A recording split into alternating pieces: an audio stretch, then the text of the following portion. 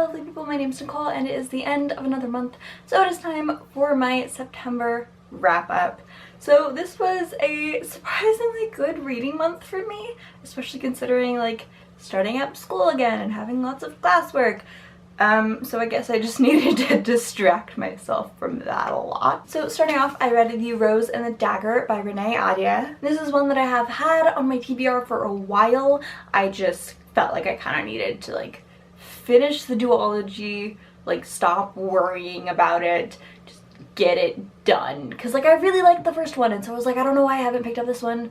So I just did, and I liked it. I had a little bit of a hard time getting into it in the beginning. The first like 150 pages felt really slow, but part of that is just because like the main reason I really liked the first book wasn't there in the first 150 pages, but after that it sort of came back and I really liked it. I really love the relationship between Shazi and Khalid. They're so cute together, and I feel like it's really great because like around everyone else they're so like badass and stone-faced and like no one wants to mess with them, but then when they're together they get like super mushy and adorable and cheesy, and it's wonderful. That's how the best relationships are. I had a little bit of a hard time remembering what happened in the previous book, but a lot of that's just my fault because it, like I said, this has been on my TBR for a while, so it took me a little bit to pick it up. But as a series finale, I think this was really, really good. It sort of tied up all the loose strings. It had just the right amount of suspense and drama and like amazing plot twists,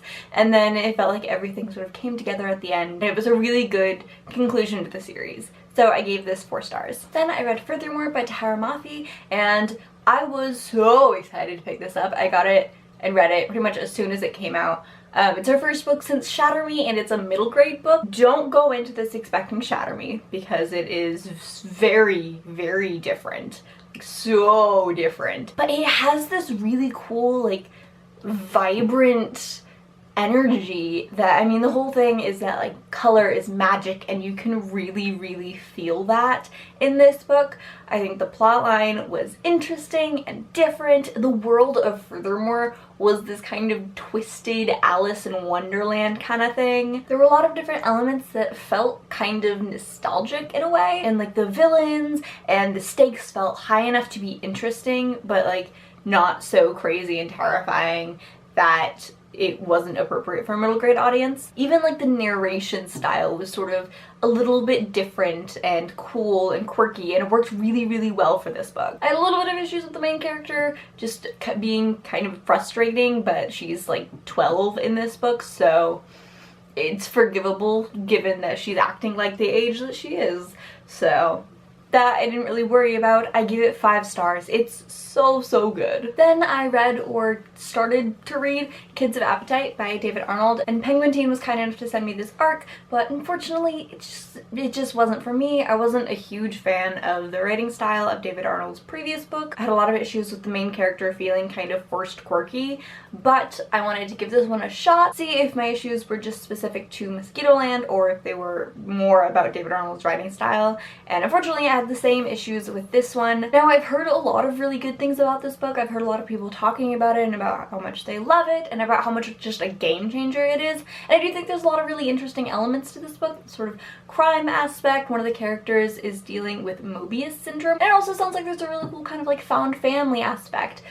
So that this isn't to say that like this is a really bad book and like you shouldn't read it. I'm sure it's a great book. I just know that for me, I feel like there are elements that I would get annoyed with just because there are things that I was already sort of on edge with his last book, and now more of them in this book would just too much for me. Then I read the one we've all been waiting for, and that is Empire of Storms by Sarah J. Maas. It's so beautiful, and I've said this in other videos, but it makes me mad because they use the thin pages, so it looks really, really skinny, but it's actually like 700 pages. But anyway, this book is at such an interesting place in the series because we're really getting out of the sort of sneaky assassin elements and more into the epic grand scale fantasy kind of thing where we're amassing armies and going to war, and all the different plot lines that we've seen developing over the past 5 books are finally sort of merging and coming together, and it's so cool. I did feel like things got a little coupley, felt like everyone was kind of pairing off, and I mean, I liked all the couples, so I didn't really have that much of an issue with it, but it did feel a little excessive. There was quite a bit of sexy times.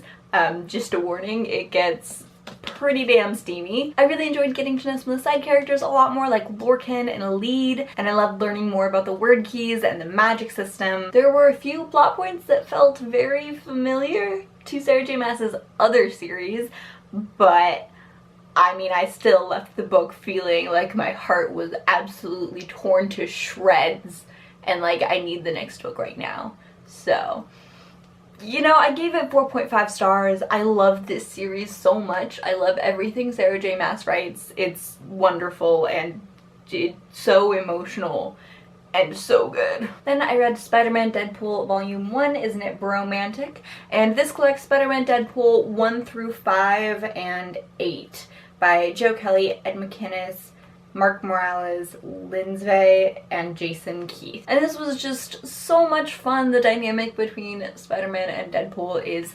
hilarious and so wonderful. I loved sort of the dramatic irony elements of this, and honestly it was just a joy to read, and this series is fantastic and I cannot wait for the next volume. Then I read No Not Why by Hannah Johnson, and this was just adorable. I read it on my phone, just on an ebook, and it was just so cute and pure and just like adorable queer romance. It was fluffy and just had just the tiniest dash of angst, and it like played on all the right tropes, and it was just an adorable happy romance, and I highly recommend it. I gave it 4.5 stars. Then I read The Beauties Brother by Leon Hart, and I gave this 3.5 stars. For some reason I didn't write any notes on what I thought of it, so I can't actually remember the specific details of why I gave it 3.5 stars. I do remember the romance was a little bit rushed and the magic wasn't quite explained, things fell into place a little too conveniently,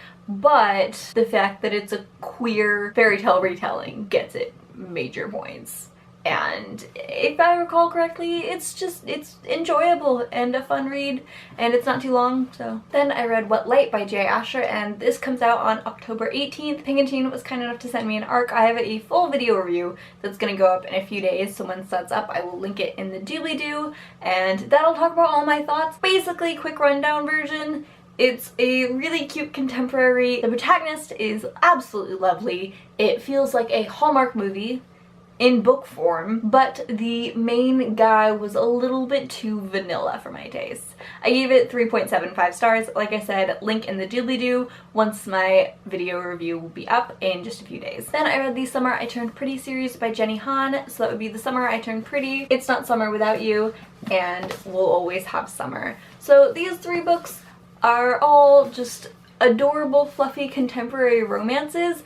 I have a little bit of an issue with, like, it's a love triangle and it is very love triangle heavy, and I don't hate either of the options in the love triangle, which means that someone I like inevitably had to get hurt, which sucks, and I hated that. I did get a little bit frustrated with Conrad, feeling like one moment he was sweet and adorable and just a great person for Belly to have as a romantic option, and then another moment he was cold and broody and just like wouldn't talk to anyone.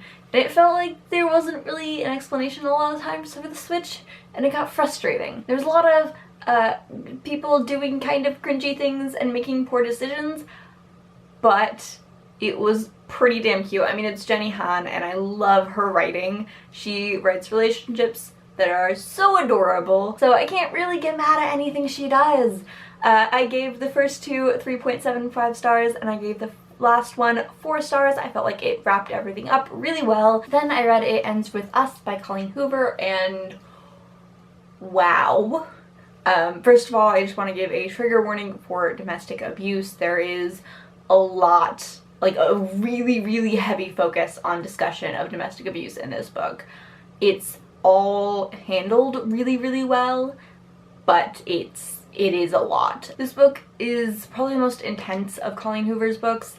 It is honestly just difficult to read at parts just because what the characters are going through is so hard. But like I said, it is incredibly well done. I genuinely believe that this is the most well written of all of Colleen Hoover's books. The characters are incredibly complex, and characters who it would have been really easy just to make them be one-dimensional bad guys or heroes aren't. They act like real people who are struggling with real things. It's one of those books where, just like in real life, there is no easy right answer, and that's something that the main character struggles with. And it's interesting seeing from her point of view, because she goes through things and has to make decisions that when you're just on the outside, it's really easy to say, oh, just do this, like, do, you know, get out of there, do this, whatever.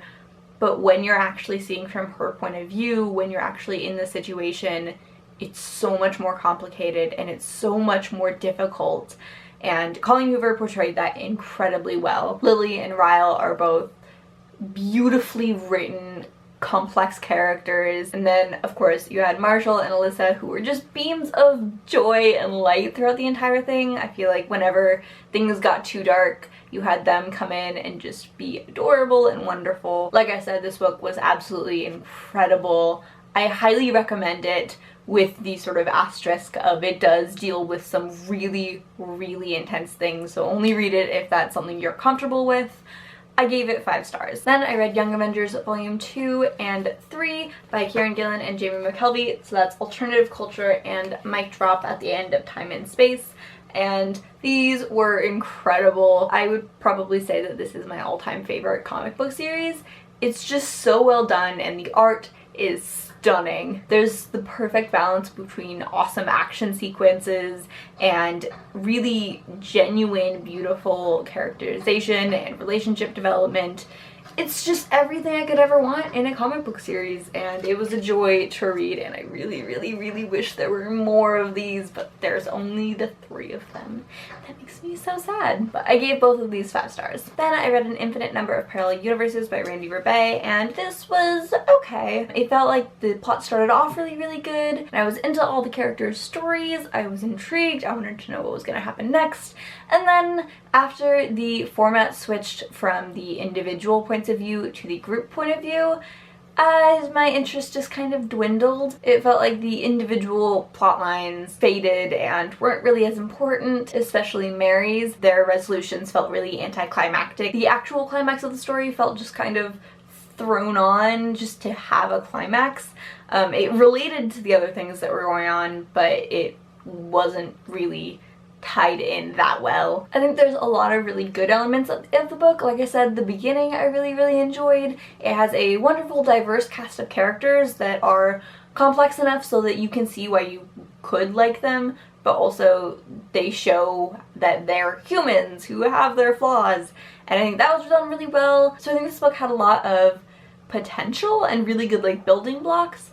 I just think the execution of the second half was a little lackluster. Then I read The Odyssey by Homer, obviously, and I read this for a class. I'm taking a classical mythology class, and so we read The Odyssey. We also read the Iliad, but I did not read that one nearly closely enough to give a review.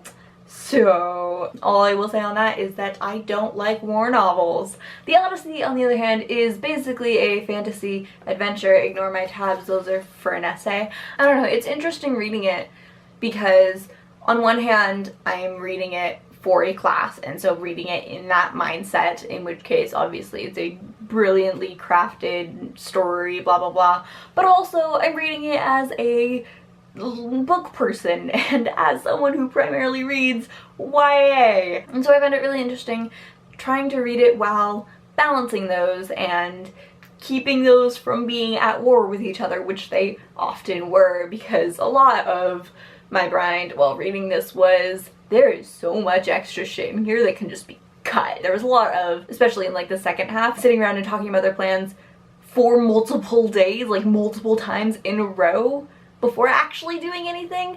And like they'd talk about their plans and they're like, yeah, we're really excited to do this, and then they'd go do something else that had nothing to do with it, and it's like, So I get a little frustrated with that.